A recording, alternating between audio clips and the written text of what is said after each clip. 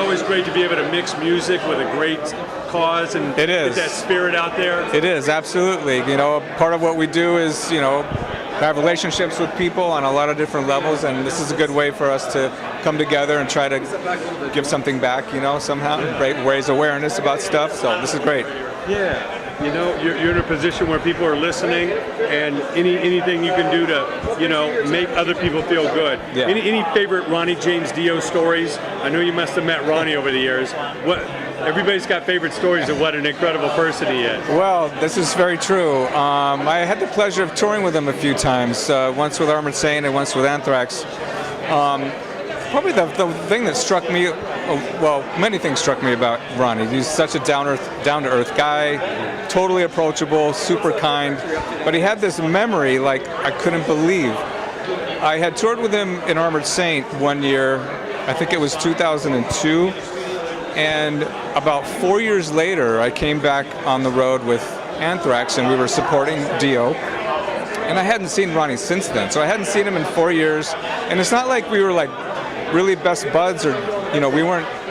He shouldn't have known my name. Let's put it that way.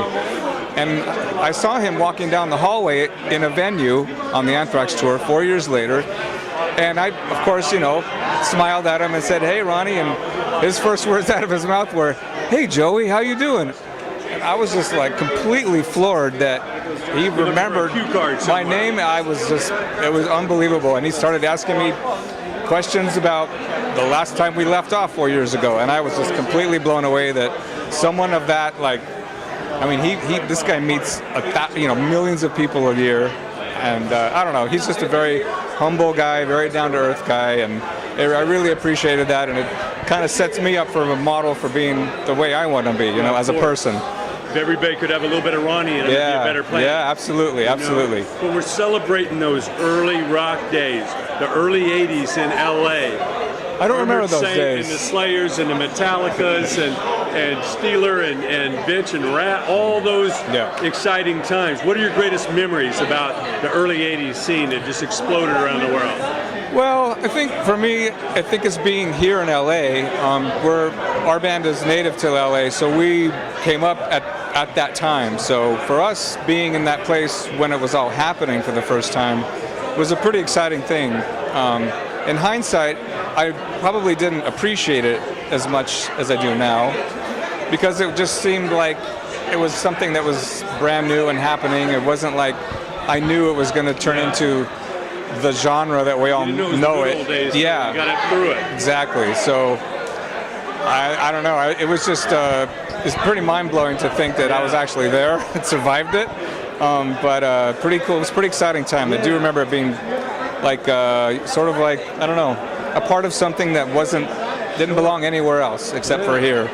It's cool. Now, you know, you guys got signed by Chrysalis at the time. Yeah. You got to work with the incredible music man Ron Fair. Ron Fair is the president of Virgin still. Yeah. Ran Interscope. You know, any memories of that era of being able to walk into Chrysalis Records on Sunset Boulevard, and they had Blondie, and they had UFO, and Robin Trower, all these label mates. Jethro Tull. What was that like? Well, I mean, you know, we were a couple years out of high school at that point, so we were all 21 when that first happened. First recording, first record.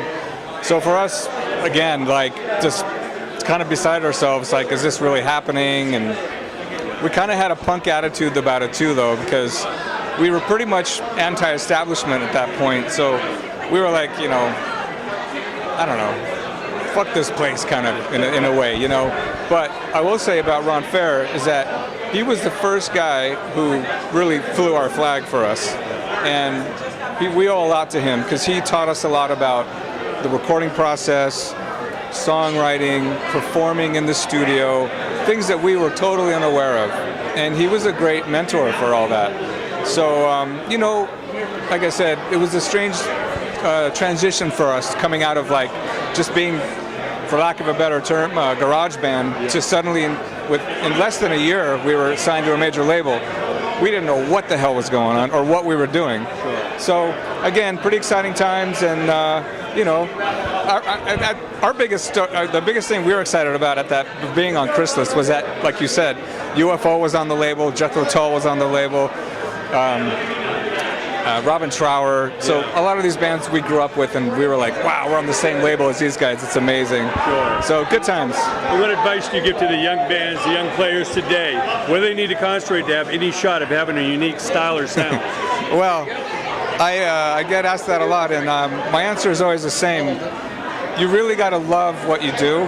You have to do it only for the love of what you do, only for the love of music, for playing, performing, or writing, or whatever it is that your strength is. And you can't lose sight of that, because the second you lose sight of that and you start thinking that fame has something to do with it, money has something to do with it, it's just going to take everything out of the reason you should be doing it, and that is it's an art form, and you need to be the best at your art form, and only do it for the passion of what you're into. If you do that, it doesn't matter where you end up. As long as you love what you do, then you're good to go.